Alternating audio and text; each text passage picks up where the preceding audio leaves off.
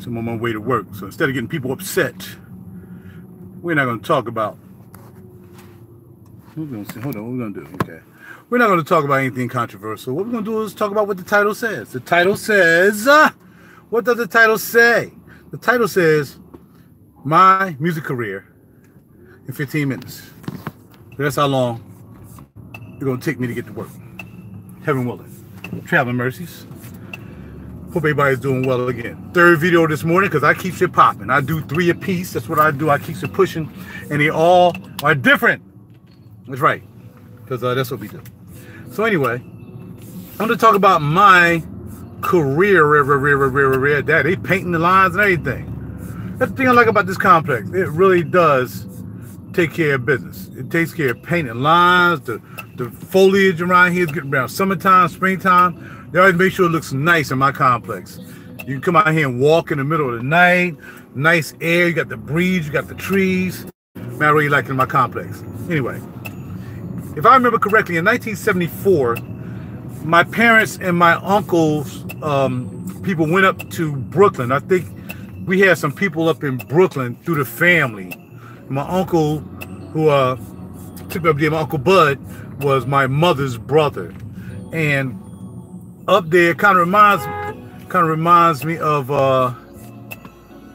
Ray. You know, when I looked at the Ray movie, I'm like, yeah, that's how it happened for me. So how it happened for me to get into the music business.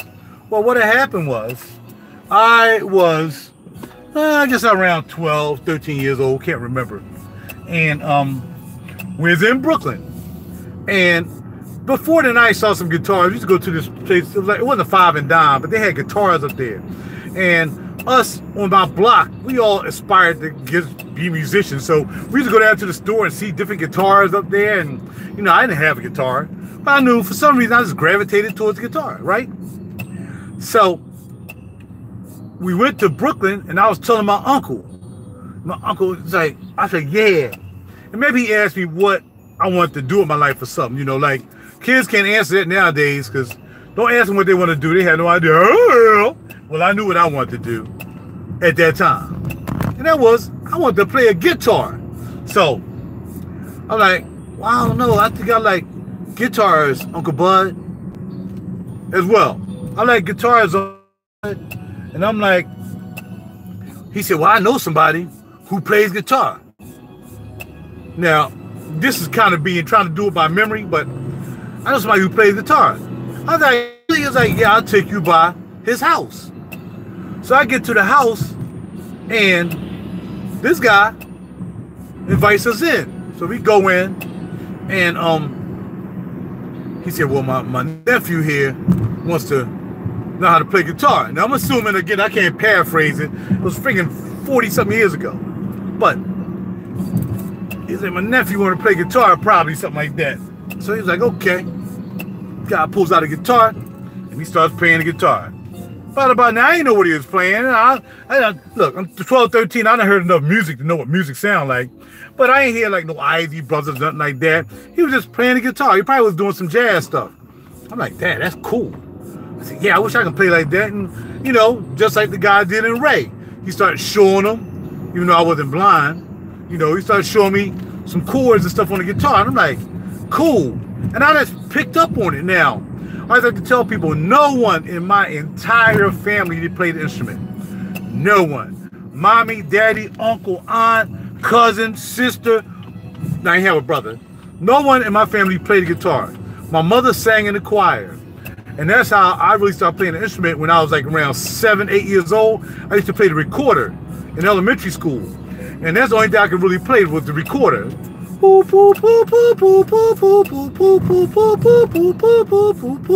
know, I learned how to read music playing the recorder. But that wasn't enough for me, man. I'm like, I ain't gonna play no recorder. So then my mom said, well, you know, start, you know, going to church and I would, you know, sing on the choir. I'm like, I can't sing. I don't want to sing on the choir. So I know what my path was, but I just knew it was music. You know, I knew my mother was on the choir. I knew I wanted to do music, and I played the recorder. That was pretty much it. That's all it was. So after we left Brooklyn, I got back home, I popped strict and everything, because, you know, I guess he got my path set for me, right? Heaven rest his soul. And can I have a guitar? No. Well, why can't I have a guitar? Well, I'm sorry, I didn't say that. I said that in my mind. Never talked back to it. Never talked back to my pop. Pop was a freaking whippersnapper, man. I mean that in all phases of that word, those words, whippersnapper. So I'm like, dang. So, you know, I got upset, man. Why can't I have a guitar? So I think it came a little bit after that, maybe when I was 14, maybe. Everybody on the block said, we're going to ask our parents for instruments. So we was asking around, like we had Joe, Bill, Terrence, Keithy, Greg, all these people. Now, Greg and them lived on another block. They lived on Clearfield Street, 24th and Clearfield. I lived on Fox Street, you know, in North Philly. So if anybody know from Philly, you know where Fox Street is, you know where 24th and Clearfield is. I lived around that area, 24th, 25th Clearfield, Fox Street. Really? Gosh, freaking people, man. It's getting ridiculous. Every morning I face a challenge trying to get to work, man. I mean, every morning. Now I got a freaking truck in front of me. I hope I can go around this guy because I want to go to work. They don't care about nobody but themselves. They don't think about other people got to go somewhere. But anyway, so yeah, man, so it worked. Yeah, so I'll buy you a guitar. So he bought me a Tyco guitar. Actually, if I had kept the guitar to this day, the guitar would be worth a lot of money. Because we talking about 1975, 4, something like that. And I started listening to jazz fusion music, but we were still playing in the band. So our parents would let us get all our instruments, bring them out on the porch, and we would play music, right? And we didn't know what we was playing. We played in Joe's basement. We would play on Bill's porch. We would play on my porch. We would play on Terrence's porch. We would just bring our instruments, and our parents said, go ahead, y'all can play. And we would bring our stuff and we would play on the porch, right? So it's like, all right. So here's the thing. We playing on the porch. I didn't really know how to play. So my man had a bass. Joe had a bass. So I said, let me see if I can play something on the bass, right? No, we talking about music, man. That was just something, that's a byproduct. Let's talk about the music thing, right? So I was like, yo, let me play the bass. So I played the bass, and it was like, I'm trying to figure out something I could play. At that time, the only thing I can remember I could play off the top of my head, off the top of the dome, was a do do do do do, a do do do do do, a do do do. And I played that totally by accident. I had no idea what I was playing. I just picked up the board bass and started playing a do do do do do, a do do do do do, a do do do do do, a do do do do. And it was like, yo, where you learn how to play that at? I'm like, man, I don't know. I just picked up the board bass and started playing the Temptations joint. Now, I must admit, my dad listened to a lot of music. My mom was Macy gospel music. But my dad listened to all kinds of music. Country, R&B, blues. He listened to everything. So I was surrounded with listening to all types of music. He really loved country music because he's from North Carolina, from Ahoskie, North Carolina. So, you know, he liked country music. You know what I mean? He liked slave masters music. Even though my dad wasn't a slave, nor was my grandfather, nor was my great-great-grandfather on his side. Actually, our family owned plantations. Not that we enslaved black people. Don't forget that. He's like, you know, your great-great-granddaddy owned his own plantation. I'm like, really? Yeah, yeah. So the Holloman name is very exclusive down south. And we also have Holloman Air Force Base, which may be in the family as well. But nevertheless, leave that alone. I'm just saying, with that being said, though, still, nobody playing instruments. Ain't nobody playing instruments. You know, always been business. Everybody in our family always had a business on my dad's side. We always had a business. That's what it was. He had a business, now I got a business. Some will say, well, it's not a successful business, Raj. Yeah, whatever. Anyway, I got a business. So nevertheless, now we're playing on porches. We're having a good time. So I got around 16. I used to go around and play with my man Greg and them. But they're a little bit better than us, you know. And at that time, block parties were really prevalent. Everybody used to have block parties, man. And every time you had a block party, you had a band at the block party. 7 people in the house, only 2 likes. That's all right. I still like y'all, though. So, every bands back in the day. Coast to Coast, not really. I forgot the name of the bands, man. But these was heavy bands. These must really, seriously, Jidge Off. I'm talking about music. And here, somebody talking about Jidge Off. It's amazing. So anyway, So yeah, so everybody had bands on their blocks. So we had 25th and Allegheny had this 3-piece band, and they were good. It was just 3 of them. I remember one was the guitar player was named Chauncey, and the boy could play guitar. Then there was this other band that was this guy used to freaking bully me when I was in elementary school. But his name was Bruce Brown, and his brother Carl Brown played drums. But them cats could play. I mean, they really was getting it in. And I never thought this Bruce Brown guy would ever turn out to be a musician, because all that cat used to do was freaking bully me every freaking day, man. I'm like, yo, I had to hire security, man. I got tired of that crap, dog. Yeah. I had security in elementary school. Anyway, not because I couldn't fight, because I didn't feel like fighting. I had to protect my knowledge. I was a smart guy. Anyway, so, yeah, so bada bing, bada boom, this guy ended up playing bass, Bruce Brown. I'm like, yo, this guy can play. This thug of a dude in elementary school is now a bass player. I'm like, oh, it really took me out. So anyway, really made me want to play. So you would go and see these guys play, and you would step up and say, yo, man, we used to call it shedding. And we would talk to the guy, what's going on, babe? We'd talk to the guys, we'd like, yo, you know, we was trying to learn how to play. And I'm like, yo, can I share with you? Can I share with you? He's like, all right, young buck, come on around tomorrow. You know, I'll sit down, I'll share with you, I'll show you something. So you'll go around the corner, and these guys you see him playing, and you're like, oh, this guy's good. Now this guy gonna share with me? He gonna show me how to play some chords? Right on, right? So the guy go, show me how I play E-7 and stuff like that. I'm playing chords. I'm like, yeah, that's what's up, man. I'm playing chords now. I'm doing my thing. I'm playing like him, you know, and this guy was good. And it was like, all right, cool. I'm good. We straight. I'm learning. I'm ready to go. So when I used to go back to my boys who I grew up with, and they had their bands, they was noticing I was getting better. They was like, Dad, where you know how to play that at? And I didn't want to tell them I was going around, you know, pretty much dealing with I was trying to check out how to play better, but through somebody else. And they was like, yeah, Dad, man, you good. And then I would take what I learned from somebody else and show them how to play. You know, and that's what I wanted to do, but I didn't want to tell them how I was learning how to play. I was trying to act like I was learning how to play on my own, right? But I was learning. So then sometime around maybe when I was 15, 16, when I got into high school, I really wanted to play music. And around that time I ran into this band. And to this day, all of us end up living in the same neighborhood. Wendell was playing bass. John was playing guitar. My man John Weiner was playing guitar. And I forgot who the drummer was, but he was really, really good. And Johnny Kroom, who now played with Boys II Men and Ali, he played with a lot of people. Johnny Kroom was a little young buck when I met him. Now this guy ended up playing with major artists. But anyway, Johnny Kroom's a cool guy. So he was even around there. He wanted to be in our band. Can I be in your band? Nah, man, you too young, man. You can't get in the bars. You can't be in our band, man, you know.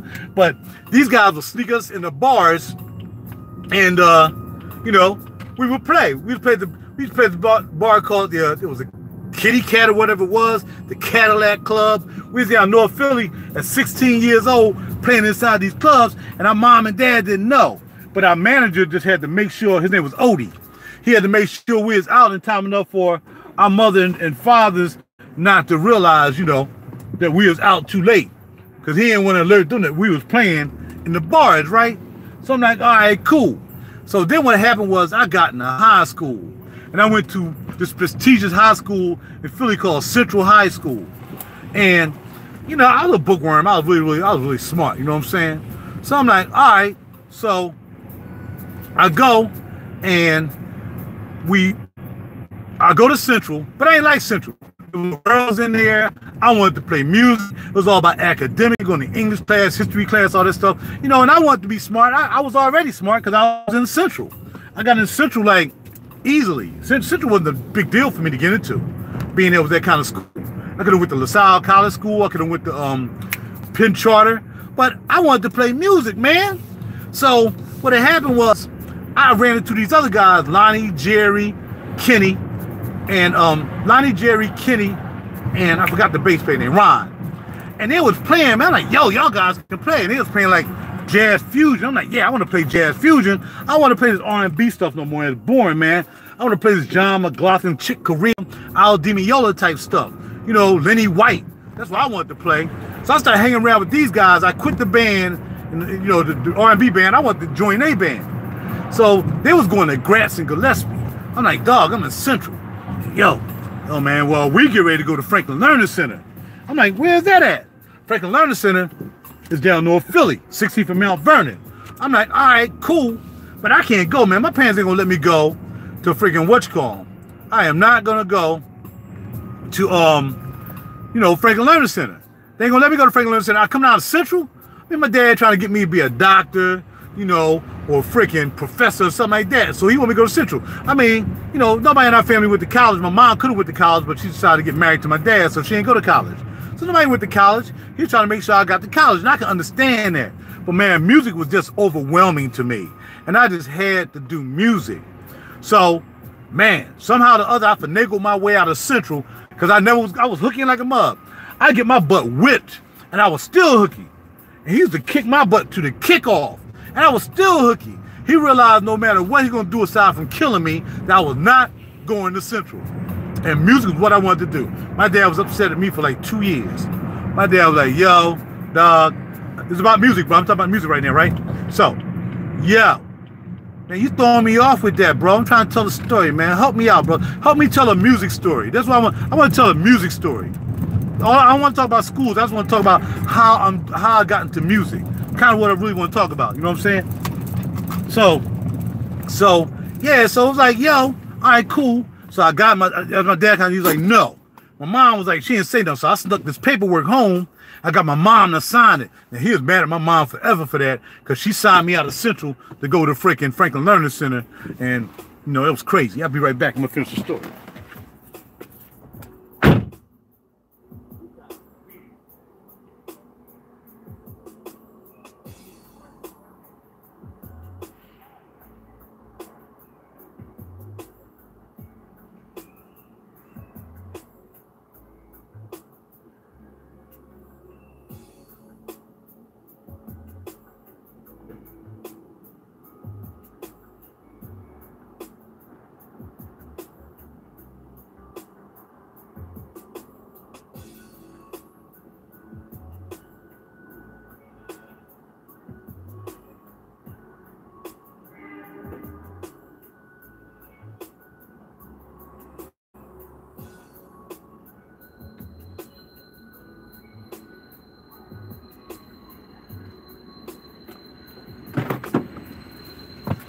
All right, so I get out of Central, I go to Franklin Learning Center.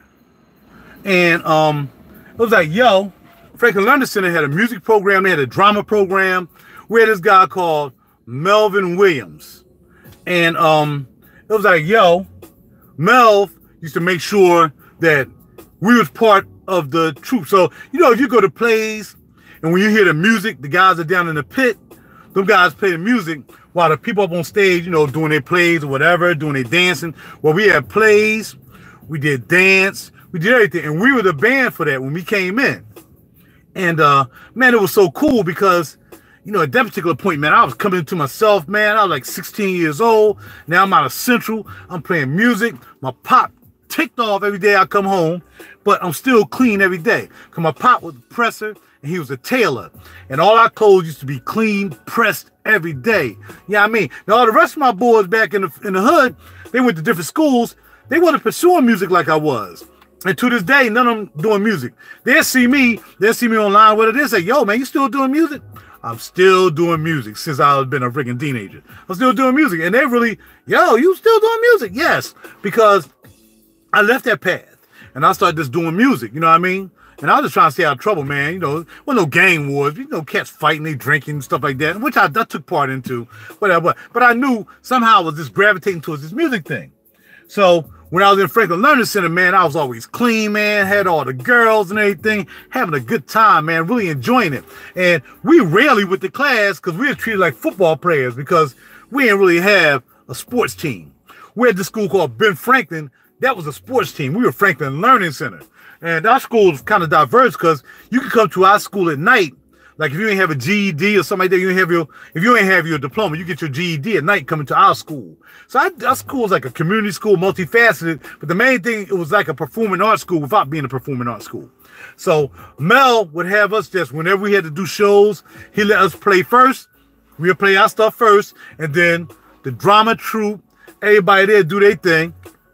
And while we playing music for them, you know, we doing our thing playing music.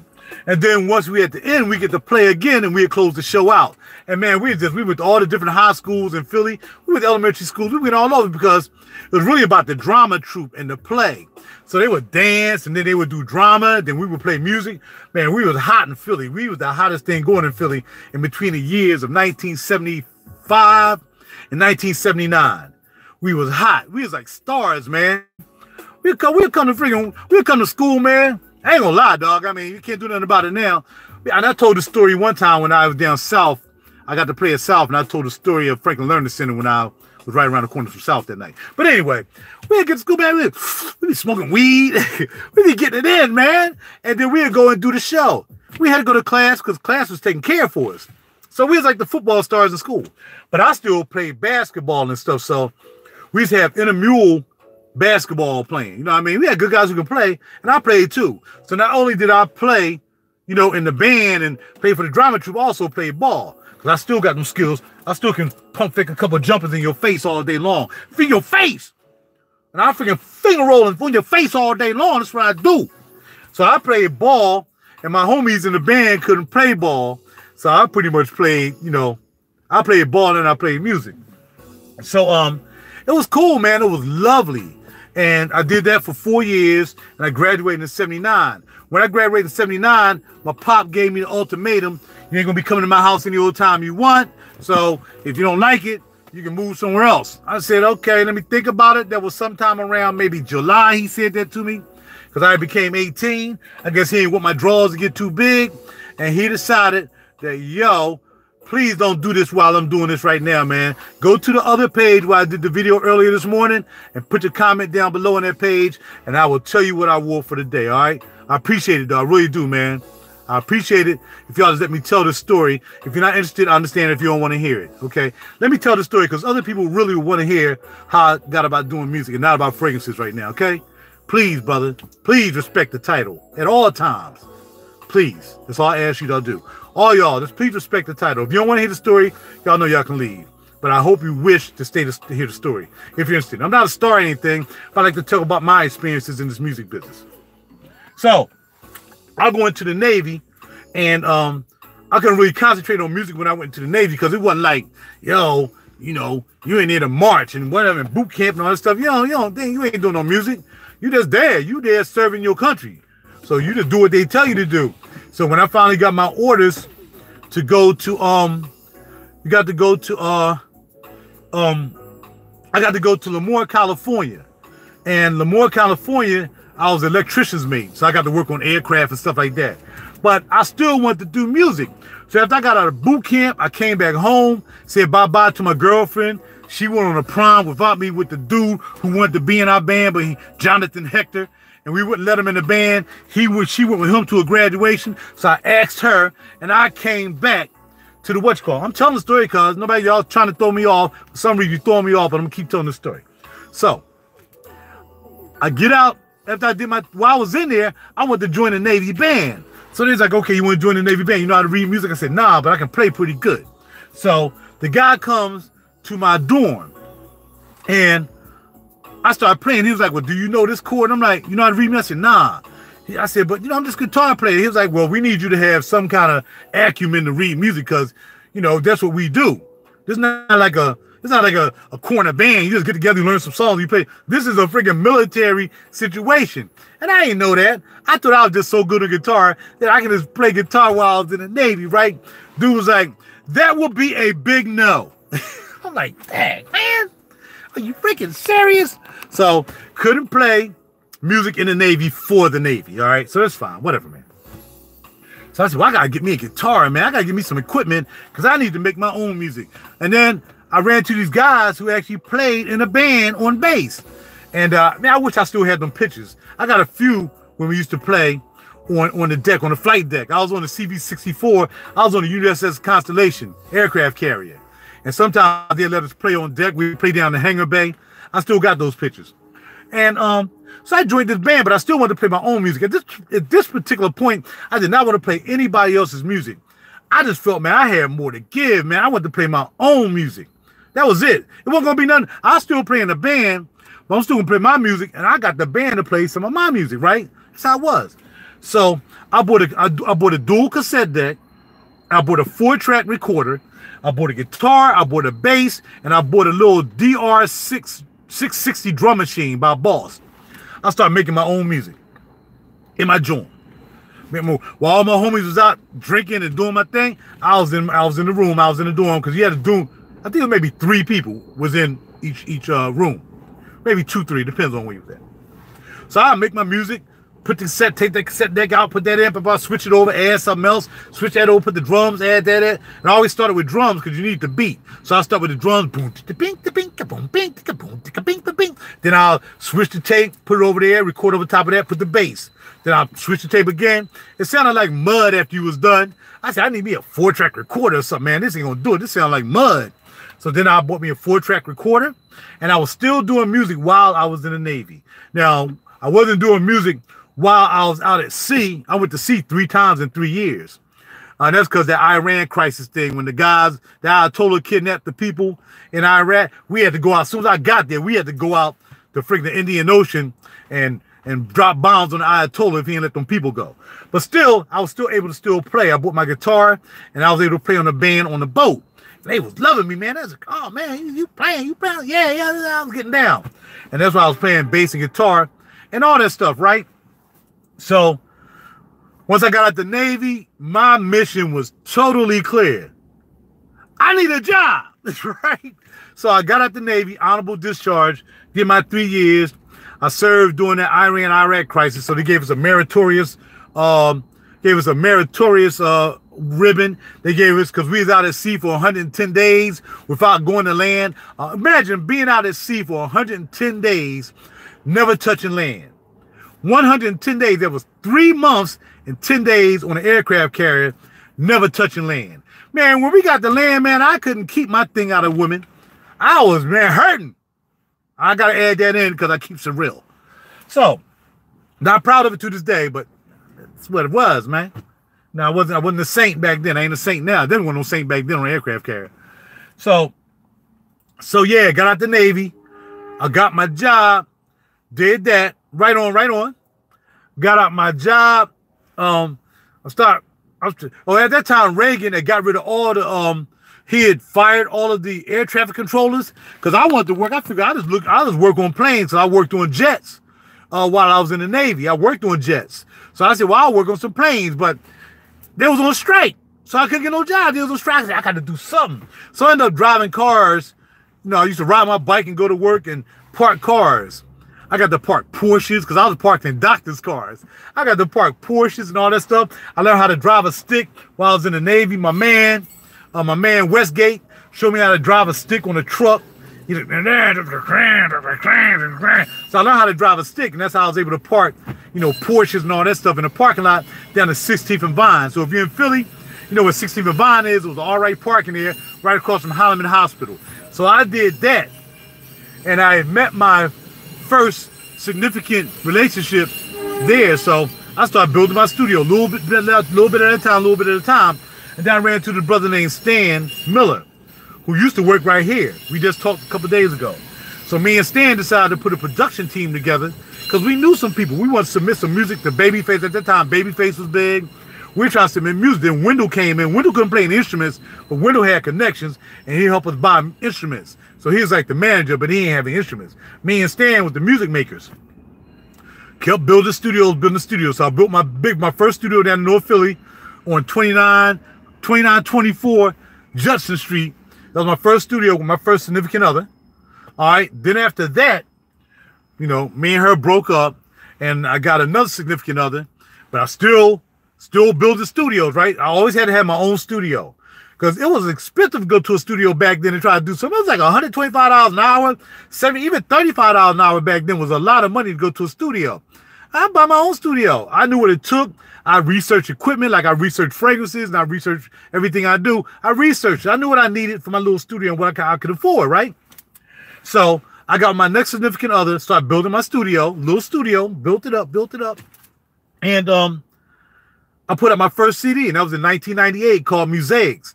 And I did that CD actually in my mom's crib. I started building my studio over there because I needed a bigger space and bigger studio. But that was it. I always had my own studio. To this day, always had my own studio because I don't want to be under anybody. And I realized I didn't want to sign any record deals. Why? Because I'm selfish. I don't have to get my rights up to friggin' do something. And I'm gonna put a couple of links to videos down here to show you how to this day they're still ripping off people. From friggin' signing them, got them paying for their recoup. They say, here, we give you $250,000 to start an album. Cool. You start the album, you get the $250,000, you go blowing it on chains and teeth and all that stuff. Next thing you know, these guys was talking about, I ain't had no money after that. But you still was committed to do that CD. You couldn't, I ain't gonna do the CD because I don't spend all the money. You better do that. They're talking about how sometimes they take them out to like dinners. They're like, go ahead, buy whatever you want, buy whatever you want. And you be treating these executives and all that stuff because you're trying to get a deal. And then they gave you some money. You was like, okay, it's on me, buy whatever y'all want.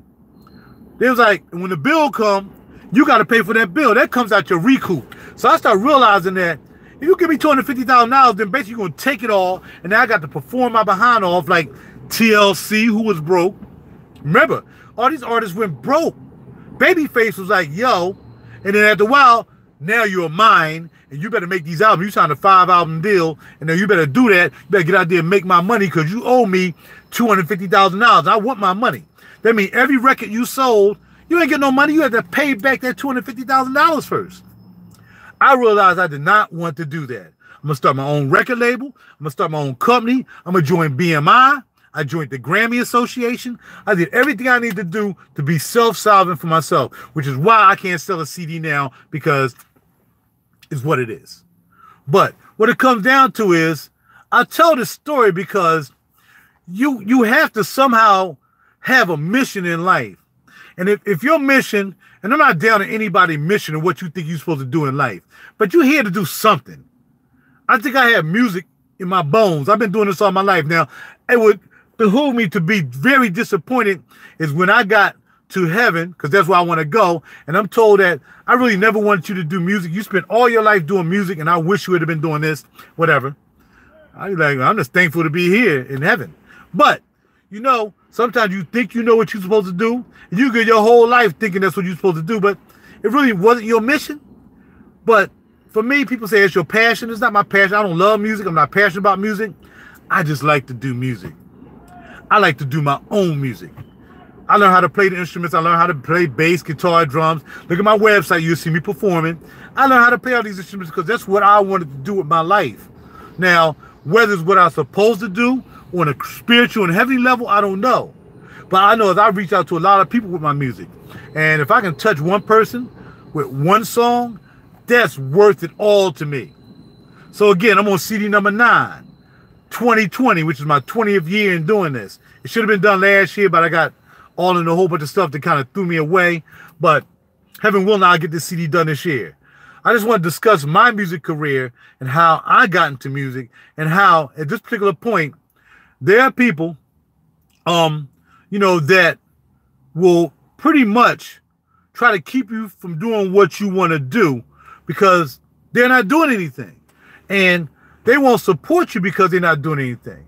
And our people have a history of downing people when you see them doing something. Because if they're not doing something, then you ain't supposed to be doing nothing. If you're successful in what you're supposed to do, and they're not successful, then they're like, well, you shouldn't be successful. So I'm not going to buy your CD because I don't want you to be rich. And that's what it's all about. And it's really selfish. Now, here where I work at, I got a big following where I work. Just like a couple people say here, soon as your CD hit, man, your CD done? Your CD done? We'll get your CD done. Here where I work at, man, I got the biggest supporters here. I got the biggest supporters here. And I can fill a show out with the people that support me. And I do. I got new supporters. I got my man Esau, who came all the way from Washington, D.C. to come to my show. I got my man AJ, who came from Brooklyn to see my show. I got people who came from Virginia to see my show. I got my man, who's my man, Johnny Gill. Johnny Gill's brother came from Virginia with my cousin to see my show. So what it comes down to is, if you found a mission for you to do something and somebody try to bring you down because they're not doing anything, that's misery enjoys company. Never stop a mission. But what you can't do in this music business, if this is what you want to do as a business or as a writer, as a producer, as an instrumentalist, as an A&R rep, you can't stop. You can't worry about what people say. You're going to lose a job. I might do a CD. I might sell one CD. It don't make a difference. What it comes down to is my drive to do something that I think I'm here to do. And that's something creative. And I've always told y'all that when I started my channel. I'm not here for fragrances. No, I'm not here for fragrances. I'm here for my music. But I'm using fragrances to get you to check out my music, which has been pretty successful somewhat. On Facebook, the same thing. That's why I got on Facebook. I wasn't getting people to come to my shows on Facebook. Same thing for Platinum Grill. Platinum Grill, I go there, I'll play my music, whatever. And these same people will not come to my show. Now, my man was like, well, they're not coming to your show because you coming here every Wednesday and playing music for them for free. So why are they going to pay $10 to come to your show? Like, you're absolutely right. Now, another place I used to go to was called A's Place. That was Adrian's spot at one time. And she's actually on one of my CDs. She's on the Two Faces CD. I used to play at her place. I got a lot of love when I played at her place. Now, mind you, might be maybe 10, 20 people there, but I still played in front of people. Now, I go to Relish last week, and I see this brother who used to work with John Legend. He's playing at Relish with my man Stacy McGee and my man Azel on keyboards, or maybe Johnny Kroom. And there's only like maybe 10 people in there, but you still got to play. So whether it's one person or whether it's 10 people, you got to play. Because you got to remember, Cat Williams said, the more haters you got, the better you know you're doing. Now, because people don't buy my music, I'm not calling them haters, because they may not dislike my music. But when people in your own family don't buy your music, when people that you grew up with not buying your music, when people maybe even here don't buy your music, you know what I mean? People don't buy your music. You see what I'm saying? And I can ask people, I'm like, yo, okay, I talk about music all the time. Did you download one song? No, I didn't. Well, even if you didn't like it, you go to McDonald's and buy a Death Burger, and you'll buy a Death Burger Happy Meal from Wendy's. You'll buy a Death Burger Death Fries. You'll do that all day long. You'll do that all day long. Okay? You'll spend 99 cents on something that's going to kill you eventually, but you won't spend 99 cents on a song. In fact, you won't spend $10 on a CD. Well, I ain't like all your songs on the CD. I ain't like all it, so I ain't buy the CD. Okay, that's fine. How many restaurants you went to, you bought something, you paid $20, like, man, that was horrible. See, people are not going to support people who are trying to do something positive. But if I was doing something negative, if I was saying some negative crap, if I was talking about people, if I had a gossip channel, man, shoot, I have 5 million subscribers. Or if I was talking about the Lord Jesus and praise the Lord and all that stuff, I have 500,000 subscribers. But I'm just talking about music.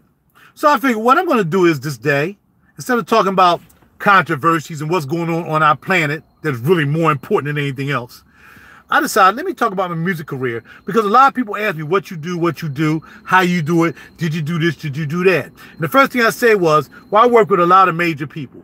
I don't want to spill out no names, but just to let you guys know, I've been with Boys and Men. Pink has been in my studio. Jill Scott. The managers of Jill Scott Producers. The manager of Vivian Green's Producers. Kindred. I've been with artists. But I'm not infatuated with being with other people to make my name come up. Because the difference between me and them is I got a 9 to 5. When their money run out, they got to hustle. They got to hustle and grind. I was telling this story last night to somebody. I'm like, well, heaven willing, I got a pension coming. Heaven willing, I got a pension. I got all kinds of stuff going on. So I'm cool with that. You see what I'm saying? But these guys aren't going to have pensions. They're not going to have medical coverage for them. So if they go to a hospital, they're paying maybe $10 for a doctor's visit. They're not going to have that. I'm going to have that. But I've still been able to work 31 years at this job and still do my music. So I don't know why all these guys who are way better than me, Johnny Croom way better than me, Stacey McGee and Johnny Croom used to work together, and they submitted music to Johnny Gill because he used to play with Johnny Gill. They submitted music, but they never got that big deal. It was this band here called No Question back in the day, and they submitted music to No Question. No Question had 2 hits, but they didn't get on any of those hits. They were like number 14, number 15 on the album, so they didn't really make any money. But they got immense talent. These people are talented. And I always say, why don't you put a CD out? You're so talented. I gotta ask you to play on my CD. Yo, dog, can you embellish the keyboard for me? Yo, bro, can you come and play bass and make this thing sound better than me? You can do that, but you can't put out your own CD. Rick Tucker. Rick Tucker's an excellent teacher, guitar guy, plays at Relish all the time, plays at Warm Daddies. He hasn't put a CD out yet. He said, Raj, I need you to write a track for me. Can you write a couple tracks for me? Because I know he's busy. He's a teacher. He does a lot of things. I know he's busy, so he don't really have time to put out a CD. My man Fred Cooper, excellent guitar player. Blow me out the water as a guitar player. Rick Tucker, blow me out the water. Where are they CDs? Because everybody think when they do music, it's got to be perfect. But let me tell you a secret with music and CDs and all this stuff in music and how it really, really works. There are people who have paid $200,000, $500,000 to be in the studio to make an album, right? And the song that they thought wasn't going to be the hit was the hit. So all the songs they thought was going to be the hit, they're like, yo, even though they can push whatever they're going to push. I'm not really responding to comments because I'm trying to finish this joint. I'll read the comments later when I look at the live chat.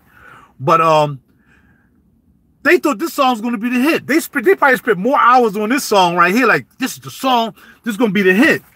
They put that song in front of people. That joint tanked out. That was horrible. But they spent so much money doing that song. I want you guys to kind of listen to what I'm saying. Unless you're in the music business and you can kind of elaborate on what I'm saying. I want you to hear what I'm saying, right? But there's a song they might have spent maybe 2 days on. They brought somebody maybe like me in to play guitar real quick, blah, blah, blah, blah, blah, and that song was the hit. Because everybody think to put out a CD it has to be perfect, and it doesn't have to be perfect. What you have to do is write a song from your heart. All right? Sheryl Crow got a record deal from a 4-track tape. That means she had a 4-track cassette tape player, and she got a deal off a 4-track cassette. Sheryl Crow got her record deal with a 4-track cassette tape. Now we got people out here now, these young bucks grinding. They leasing songs, they doing songs, they on SoundCloud, they on SoundClick. These young boys are hustling to put their song out there. Because right now, that's what you got to do to get a record deal now. You can't walk into Capitol Records. You can't walk into Sony. You can't walk into Universal Music Group and say, look, here's my song. They're going to like, man, you better get out of here. What you better do is walk in here with this big following from Facebook, this big following from Instagram, this big following from Twitter. And when we sell, you have a 100,000 subscribers or whatever, and you selling tracks on your own, then we'll pick you up. That's where selling out the trunk came from. You used to sell out the trunk. You know what I mean? You got to remember, MC Hammer sold out the trunk. A lot of guys sold out the trunk. Eric B. and Rakim sold out the trunk. Right now, you don't have to sell out the trunk. You can make your own CD, get your computer, get your Fruity Loops program, get you friggin' Ableton Live. You can make a track and bam, put that track on SoundCloud or these other venues where you can put your music up at, Reverb, and your track can go explode. And now you get your record deal. But what you got to remember is when you get that record deal, you always owe them something. So a lot of guys are not doing record deals anymore. They're like, cuz, I can sell my own CDs. Why do I need you to do a record deal? All right? For my man Nipsey Hussle. Nipsey Hussle, he's no longer here. Nipsey Hussle sold his CDs for $100. $100. Now that's crazy. And he sold, you hear what I'm saying? He sold his CDs for $100. And he actually sold his CDs for $100. Jay-Z bought 100 CDs for $100. 100 CDs. Jay-Z bought 100 CDs because the boy was hot. Was his music revolutionary? I didn't buy any CDs for $100 from him, but somebody did. Was it revolutionary? I don't know. I never listened to it. But somebody bought the CDs for $100. Now, it came with t-shirts and stuff like that. He had a gimmick for it. But, yeah, for $100. So, this is not for people who are not... I appreciate you guys are here, but you're not in the music business. I'm just trying to give you an idea how I came up and what I did and the state of the music business now. You don't need to have a record deal. You can do this all by yourself. You start your own company. You sign up with BMI, ASCAP, or CSAC. You start writing tracks with people. You start leasing your tracks out, or you write tracks for yourself. You can have your own studio. Don't have to be super perfect, because once you get to the point where, yo, we like you, you got this, you can negotiate your own contract. Well, you're going to give me $250,000 just to walk in the door. And that's no recoup. I'm not giving that back. You write your own contracts now when you go to a record label. They can't write your contract. No, you ain't give me $250,000 to spend up and I got to pay it back to you. No, you give me $250,000 to walk in the door. Now, everything after that, we can split. But you give me $250,000 now. And these young bucks are starting to learn that. These guys are not signing contracts with these record companies anymore, because you don't need them. But who needs to be a star? The more star you are, the more trouble. There's some days I don't even want to go in the studio. So I know there's going to be days I don't feel like freaking going on tour. People think every time they see somebody on stage, they're happy. Jill Scott used to be so tired. She'd be smoking a little weed or whatever. She's exhausted. Doing shows is exhausting. Traveling is exhausting. Rehearsal is exhausting. But if that's what you asked for when you got in the music business, that's what you asked for. I never had a desire to do that. If I'm going to be exhausted, I'm going to have a pension at the end of my exhaustion. I'm going to have some medical benefits while I'm being exhausted. Because I see what an emergency room visit costs. Emergency room visit costs you somewhere between $9,000 to maybe even $15,000, depending on what you went there for. Some people still can't go to the hospital because they ain't paid them bills. I pay $100 for the emergency room visit. I see it. $100. The emergency room visit, $9,500. I pay $100. Now, can I say that for my friends in the music business now who still out here with no job? Can't say that. They go to the hospital. They may have an Obama plan. They may have some plan, but they better have some plan. Because then, even though you don't pay for the emergency room visit and it's $9,500, they're going to get it eventually. You're not going to get a loan. You don't have no credit. You don't have anything. You got to hold somebody leave you something. You got to hold somebody take care of you. So the moral of this story is, I don't need to be a star. I never wanted to be a star. I just wanted to do music. From the time I was freaking 7, when I played the recorder, to right now to this date, I just wanted to be music. I never said I wanted to be a star, because if I wanted to be a star, I could have been a star. But I didn't want to be a star. I wanted to be like my daddy. I wanted to have my own business. I wanted to work. I wanted to have what I need to have to take care of my family when I had one. I don't have any children, but if my family need me, my nephew and nieces, my nephews and niece need me, or my sister need me, I can take care of them. That's what I want to do. And for all those stars who used to be stars, where's Jill Scott at now? Vivian Green was very talented in Philly. I'm just talking about I'm talking about Philly stars. Where they at now? Where's Boys and Men at now? Where they at now? Why are the OJs still having shows? Why is Kool Moe Dee? Why is all these rappers, they done? They should be relaxing now. After you spent all your life on tour doing music in the studio, you should be relaxing right now. You should be chilling. But no, they got to get out there and do Mama Day's concert. They don't want to do that crap. If they still had $1 million, $2 million in their account, you best believe they will not be at no Mother's Day concert getting paid probably $5,000 for their show. I'm not saying it's not worth it. I'm saying be focused on what it's going to cost you.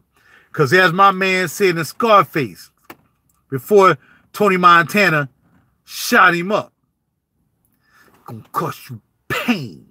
It's going to cost you sacrifice. Nobody going to give you anything. Even the females, Nicki Minaj, Cardi B. You know what they got to do to make money? Do you know what they got to do? And you know I ain't talking about performing music. I'm talking about performing. You got to sell your soul. You got to sell your morals. You got to sell everything to be a star. Who wants to do that? And y'all know, Jay-Z sold out a long time ago. Beyonce wears Baphomet rings. She sold out. Katy Perry gets to do shows anytime she wants. She sold out. All these people done sold out. They done gave it up. They're willing to go to the darkest place when they leave here. They're willing to live there for eternity to have fame right now. Well, not me. I'm ready to go and do some work. I'm out. And I'm glad y'all listened to my story. I want this to be an inspiration for musicians who want to get into the business and think that they have to be perfect to do songs. If you try to be perfect, you are never going to put a CD out. It's never going to happen. It's never going to work. Because by the time you may have it perfect, you might end up not being in a position to even do the CD. Get your work done. You do it expeditiously. You do it to the best fashion you can. You don't do 20, 30 takes. That's why we have auto-tune. We have plugins now that we can make you sound good even though you mess up one note. You ain't doing a whole freaking verse because you mess up one note. That's not how you do it. That's not how it's done. People buy music because it touches their soul, not because it sounds great. There's some people who can't sing all that good. Bill Withers was not a crooner, but he sang. I'm going to spread the news. That you keep on using you. Oh, you just keep on using me. He was not a Luther Vandross. Not at all. But how many records had that guy sold? In jazz, this guy named Michael Frank couldn't sing to save his life. Your secret safe with me is what we do, and you got to be. Your secret safe with me. So many records. You don't have to be the best singer in the planet. You don't have to be the best producer. You don't have to be the best instrumentalist to put out music. And I've proved that. So whether people buy it or not, I don't care. I did what I wanted to do, and I did it Frank Sinatra's way, which is my way. Have a great day. Stay focused. Stay enthusiastic. Share this video with people who are into music business. If you're not into music, you listen. You got to learn about me. But if you know somebody into music, share this video. And I'll put some links below that'll tell you about people who was in the music business and now they're broke.